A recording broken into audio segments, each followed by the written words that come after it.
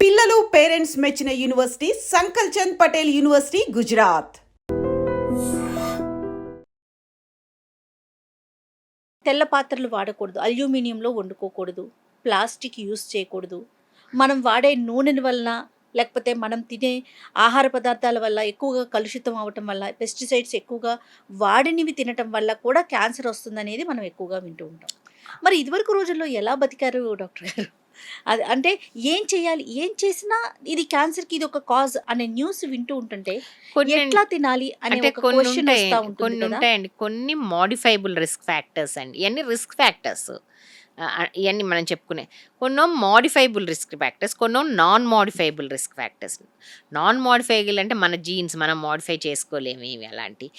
కొన్ని modifiable risk factors అంటే ఇప్పుడు ఒబీస్ ఉన్నారనుకో ఎక్సర్సైజ్ చేస్తాం తగ్గటం ఇవన్నీ మోడిఫై చేసేదనమాట. అలానే మీరంటారు ఏం ఫుడ్ తినాలి అంటే ఇప్పుడు ఆర్గానిక్ అనుకోండి, మనం ఇప్పుడు సిటీలో ఉన్నప్పుడు అది పాసిబుల్లా కాదు కదా! హ్మ్. మనం దొరికింది తీసుకోవాలి అంతే. అవును.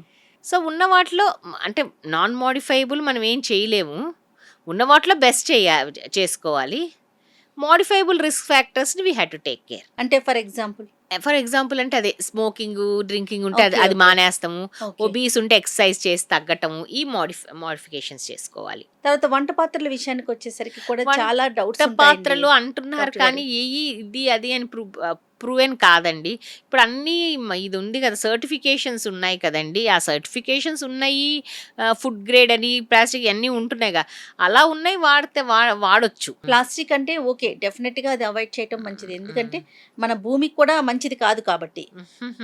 అదర్‌వైజ్ మిగతా వాటిని అన్నిటిని మార్పులు చేసేసుకోవాలంటే నిజంగా ఒక నార్మల్ పీపుల్‌కి అది సాధ్యమవుతుందంటారా? కాదండి. అది కాదు. ఆ! అదే చెప్పానుగా. రొటీన్ ఆ! లైఫ్‌లో మనకి అది ఆ! కాదు. చాలా ఆ! ఇబ్బంది కదా! కాదు. తర్వాత ఇది జెనెటికల్‌గా రావటానికి అవకాశం ఉందంటారా? జెనెటికల్‌గా వస్తానికి కొన్ని క్యాన్సర్స్ డెఫినిట్‌గా ఉందండి. Especially breast and ovarian cancers, hereditary breast and ovarian cancer syndrome అంటాము. అండ్ కోలాన్ క్యాన్సర్స్, ఇట్లా కొన్ని cancer, prostate cancers, biliary cancers ఈయన బ్రకాతోనే అసోసియేట్ అయి ఉంటాయి. కోలాన్ సెపరేట్ జీన్ ఉంటుంది. వంశపారంపర్యంగా వస్తాయన్నమాట వీళ్ళకి. అదేంటంటే కొన్ని మన ఫ్యామిలీలో ఇద్దరు గాని, ఇద్దరికన్నా ఎక్కువ కానీ సేమ్ క్యాన్సర్‌తో ఇప్పుడు బ్రెస్ట్ క్యాన్సర్‌కి కానీ బ్రెస్ట్ అండ్ ఓవరీ ఇద్దరు గాని, ఇద్దరికన్నా ఎక్కువ గాని ఎఫెక్ట్ అయ్యారనుకోండి, మన ఫ్యామిలీ మెంబర్స్ అంటే close first degree, second degree, third relative అంటారు కదా! First and second degree relative ముఖ్యంగా. ఫస్ట్ డిగ్రీ రిలేటివ్ ముఖ్యంగా అనమాట. ఇప్పుడేంటంటే మన ఇంట్లో అమ్మలకు కానీ, పెద్దమ్మలకు కానీ, పిన్నులకు కానీ, అక్క చెల్లెళ్ళకి కానీ, అట్లా మేనత్తలకు కానీ, నాయనమ్మలకు కానీ అట్లా క్లోజ్ క్లోజ్‌లీ. రిలేటివ్స్‌లోకి వస్తే ఇద్దరికి కానీ, ఇంకా ఎక్కువ మందికి కానీ క్యాన్సర్ ఉంటే అప్పుడు మనం కూడా ఇప్పుడు ఆ test just simple blood test చేస్తాంగా, అలా బ్లడ్ తీసుకొని ఆ జెనెటిక్ అనాలిసిస్ వచ్చిందమ్మా. హుహు. సో బ్రాకా టెస్ట్ చేయించుకోవచ్చు. ఓకే. ఒకవేళ నిజంగా అంటే మనం కూడా ఆ హై రిస్కా కాదా అనేది చెప్తుంది ఇది. హ్మ్. హ్మ్. ఒకవేళ నిజంగా మనం కూడా హై రిస్క్ కిందకి వస్తామనుకో, ఇప్పుడు బ్రాకా నెగిటివ్ వస్తే you come like any other women. అంటే వేరే నార్మల్ ఉమెన్‌కి ఎలాంటి రిస్క్ ఉంటదో మీకు అంతే రిస్క్ ఉంటది. ఎక్స్‌ట్రా రిస్క్ ఏమి ఉండదు మీ ఫ్యామిలీలో ఉందని. ఒకవేళ బ్రాకా పాజిటివ్ వచ్చిందనుకోండి, మనం ముందు జాగ్రత్త తీసుకోవచ్చు. ఓకే. ముందు జాగ్రత్త అంటే మీరు యాంజెలినా జోలీ గారు ఇనుంటారు. అవును. హాలీవుడ్ యాక్ట్రెస్ అయ్యుండి అప్పుడు చాలా అప్పుడు ఆమె సర్జరీ చేయించుకున్నప్పుడు యూఎస్ టీవీలో చాలా డిబేట్ జరిగింది అవును. అనమాట. అంటే వాళ్ళ ఇంట్లో అందరిని వాళ్ళ అమ్మని, వాళ్ళ అమ్మమ్మని ఎంత అనుభవిస్తాం చూసారు ఆవిడ. చూసింది కాబట్టి ఆవిడ ఆ డెసిషన్ తీసుకుంది. Personal decision. ఏం డెసిషన్ అంటే ఆవిడ కూడా బ్రాకా పాజిటివ్ కనుక 2 బ్రెస్ట్‌లు తొలగించుకొని రీకన్‌స్ట్రక్ట్ చేయించుకుంది. అవును. అండ్ వీళ్ళలో ఓవరీలు కూడా తొలగించాలండి. ఓవేరియన్ హుహు. క్యాన్సర్ రిస్క్ కూడా ఉంటది కాబట్టి. ఓవరీ అంటే ఇది 35 దాటియాక అంటే వాళ్ళ ఫ్యామిలీ కంప్లీట్ అయిన తర్వాత లాప్రోస్కోపిక్ ఓవరీస్ అని ట్యూబ్స్ తీసేస్తామనమాట. ఓకే. తీసేస్తాం వల్ల అది ఓవేరియన్ క్యాన్సర్‌కే కాకుండా బ్రెస్ట్ క్యాన్సర్‌కి కూడా ప్రొటెక్షన్ ఉంటుంది. సో ఏదేమైనా డాక్టర్‌ని కన్సల్ట్ చేస్తే తప్ప ఇలాంటియన్నీ కూడా కౌన్సెలింగ్ కౌన్సెలింగ్ అనేది జెనెటిక్ కౌన్సెలింగ్‌కెళ్ళాలి. తర్వాత బ్రెస్ట్ క్యాన్సర్ గాని ఎనీ క్యాన్సరు పెయిన్ కన్నా కూడా దాని ట్రీట్మెంట్‌నే ఎక్కువ ఇబ్బంది పడుతూ ఉంటారు. దానికే ఎక్కువగా భయం మనం చూస్తూ ఉంటాము. యాహ్! పేషెంట్‌కి క్యాన్సర్ అని టర్మ్ వినగానే చాలా భయాందోళనకు చెందుతారండి. ఏం ఉండదు, ఏం కాదు, మీది మంచి టైపే, తగ్గిపోతుందన్నా కానీ వాళ్ళకి చాలా ఆందోళన ఉంటుంది. కానీ మేము కౌన్సెలింగ్ చేస్తాం యాస్ ఎ డాక్టర్స్. అండ్ వేరే వాళ్ళు కౌన్సిలర్స్ చేస్తారు. వాళ్ళకన్నా కూడా పేషెంట్ సపోర్ట్ గ్రూప్ అని ఉంటుంది. అంటే ఆల్రెడీ ఈ డిసీజ్ బారిన పడి వాటి చికిత్స పొంది దాన్ని జయించిన వాళ్ళు ఉంటారు క్యాన్సర్ని. వాళ్ళ నెంబర్స్ కూడా ఇస్తాం పేషెంట్ సపోర్ట్ గ్రూప్. ఓ వాళ్ళతో మాట్లాడితే మనం క్యాన్సిల్ చేసిన దానికన్నా కూడా చాలా వాళ్ళకి ధైర్యం వస్తుంది పేషెంట్స్కి. ఆల్రెడీ ఫేస్ చేసిన ఫేస్ చేసిన వాళ్ళకి నా ఎక్స్పీరియన్స్లో మనం కౌన్సిల్ చేసిన ఇంట్లో ఫ్యామిలీ మెంబర్స్ కౌన్సిల్ చేశాక కూడా చాలామంది చాలా స్ట్రెస్ఫుల్గా ఉంటారు. అలాంటి వాళ్ళకి ఇప్పుడు పేషెంట్స్ ఇలా patient control program patient number ఇస్తే వాళ్ళు ప్రీవియస్ పేషెంట్ నెంబర్ ఇస్తే వాళ్ళు మాట్లాడుకున్న తర్వాత కాన్ఫిడెన్స్ పెరుగుతుందండి. దాంతో పాటుగా ట్రీట్మెంట్ విషయానికి వచ్చేసరికి ఇంకా పెయిన్ఫుల్ గా అనిపిస్తా ఉంటుంది. ఉమ్. అలాంటి పేషెంట్స్ ని మీరు ఎలా ట్రీట్ చేస్తారు? యాక్చువల్లీ వాళ్ళకి ఎలా కాన్ఫిడెన్స్ ఇస్తారు? పేషెంట్ రాగానే ఫస్ట్ అనుమానం అలా ఉండగానే వాళ్ళు భయపడిపోతారు.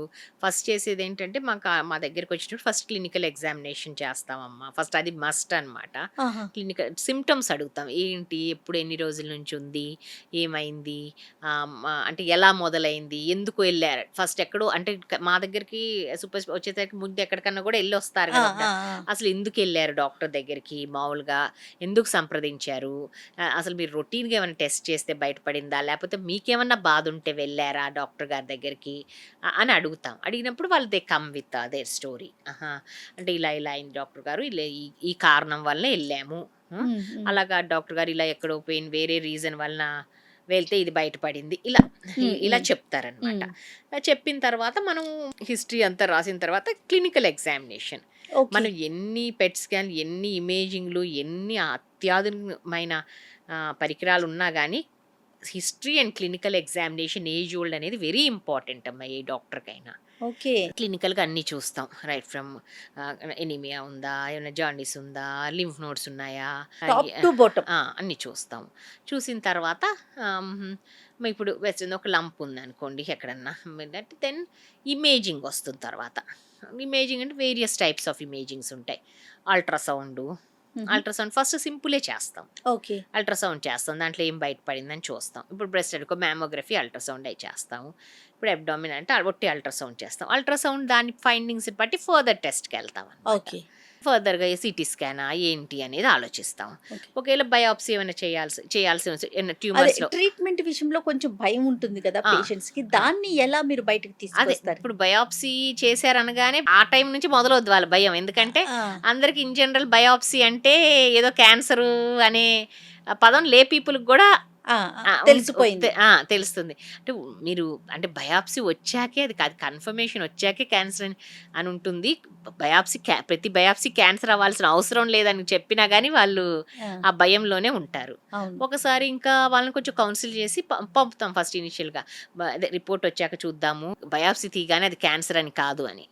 ఉమ్, ఒకవేళ ఒక్కొక్కసారి క్యాన్సర్ కూడా కాకపోవచ్చు బయాప్సీలో. ఓకే. అదే దే ఆర్ హ్యాపీ. ఒకవేళ నిజంగా క్యాన్సర్ అని ఉంటే నెమ్మదిగా we have to reveal to the patient. Okay, ఖచ్చితంగా పేషెంట్ కి చెప్పాల్సిన అవసరం ఉంది. యాక్చువల్లీ మన ఇండియాలో ఏంటంటే చాలా మంది ఏమంటారంటే అటెండర్స్, పేషెంట్ రిలేటివ్స్, అమ్మో వద్దండి చెప్పొద్దు అని రిక్వెస్ట్ చేస్తారు మనని. ఓకే. అంటే ఒకవేళ వాళ్ళ రిక్వెస్ట్ ప్రకారం అప్పుడు అదే చెప్తాం. ఇప్పుడు చెప్పకపోయినా దడుచుకుంటండి, అల్టిమేట్గా అయితే చెప్పాలండి. ఎందుకంటే ట్రీట్మెంట్ అవసరం కదా. అవసరం కాబట్టి అల్టిమేట్గా చెప్పే చెయ్యాలి. చేసేది వాళ్ళకి కాబట్టి చెప్పే చెయ్యాలి. నెమ్మదిగా అయినా చెప్పాలి. కానీ ఇప్పుడే చెప్తే భయపడతారు అంటే 1 or 2 days తీసుకుందాం, ఫ్యూ డేస్ తీసుకుందాం, అంతేకాని చెప్పాలని చెప్తాము. ఓకే. సో చెప్పిన తర్వాత నెమ్మదిగా మేము కౌన్సిలింగ్ చేసి అలా నెమ్మదిగా చెప్తామన్నమాట. Will break the news. యూజువల్గా ఏ న్యూస్ అయినా మనం చెప్పినప్పుడు పేషెంట్ కాదు, ఇన్ జనరల్ ఫస్ట్ ఏమొస్తుంది, డినయల్ ఉంటుంది, యాక్సెప్టెన్స్ ఉండదు. అవును, అవును. అంటే నాకెందుకు వస్తుంది, నాకు రాదు, ఆ. మనకి ఎప్పుడు ఏ భ్రమలో ఉంటామంటే మనకెందుకు వస్తుంది, మనకు రాదు, పక్కన వాళ్ళకి వస్తుంది అనుకుంటాం. అవును, ఆ ఇత్తోనే, అందుకే టెస్ట్లు కూడా ఎవరు చేసుకోరు, మనకు రాదు అనే ఇత్తోనే. కరెక్ట్. సో నాకెందుకు వస్తుంది, నాకు రాదు, అలా అవ్వకూడదే, అది నా రిపోర్ట్ అయ్యి ఉండదు, వేరే వాళ్ళ రిపోర్ట్ అయ్యి ఉంటుంది అని కూడా అంటారు పేషెంట్స్. ఓకే. అలాంటప్పుడు అది కాదమ్మా మీ రిపోర్టే ఇదని అని చెప్పి డినయల్ ఉంటుంది. తర్వాత యాంగర్ ఉంటుంది. యాంగర్ అంటే నాకెందుకు అంటారు, నాకెందుకు వచ్చింది డాక్టర్ గారు, నేను నాకు చాలా మందికి చాలా అలవాట్లు ఉంటాయి, స్మోకింగ్ ఉంటుంది, డ్రింకింగ్ ఉంటుంది, ఇష్టం వచ్చినట్టు లైఫ్ స్టైల్స్ ఉంటాయి, నాదో చాలా డిసిప్లిన్ లైఫ్ స్టైలు, నేను అసలు టీ టోట్లర్ని, అసలు నేను వెజిటేరియన్ ఉంటా, కనీసం నాన్ వెజ్ కూడా తిన్ను, ఎక్సర్సైజ్ చేస్తాను, and to the extent that నేను ఎవరికి హాని కూడా చేయలేదు, అలా అలా కూడా మాట్లాడతారు. యాంగర్ అనేది ఉంది. ఓకే. తర్వాత బార్గెనింగ్ వస్తుంది. ఓకే అనే బార్గెనింగ్ స్టేజ్లో ఉంటారు. తర్వాత ఇది స్టేజెస్ ఆఫ్ గ్రీఫ్ అనమాట. ఇవన్నీ స్టేజెస్ తర్వాత యాక్సెప్టెన్స్ ఉంటుంది. తప్పదు ఇంకా ఫైనల్గా యాక్సెప్టెన్స్ ఉంటుంది.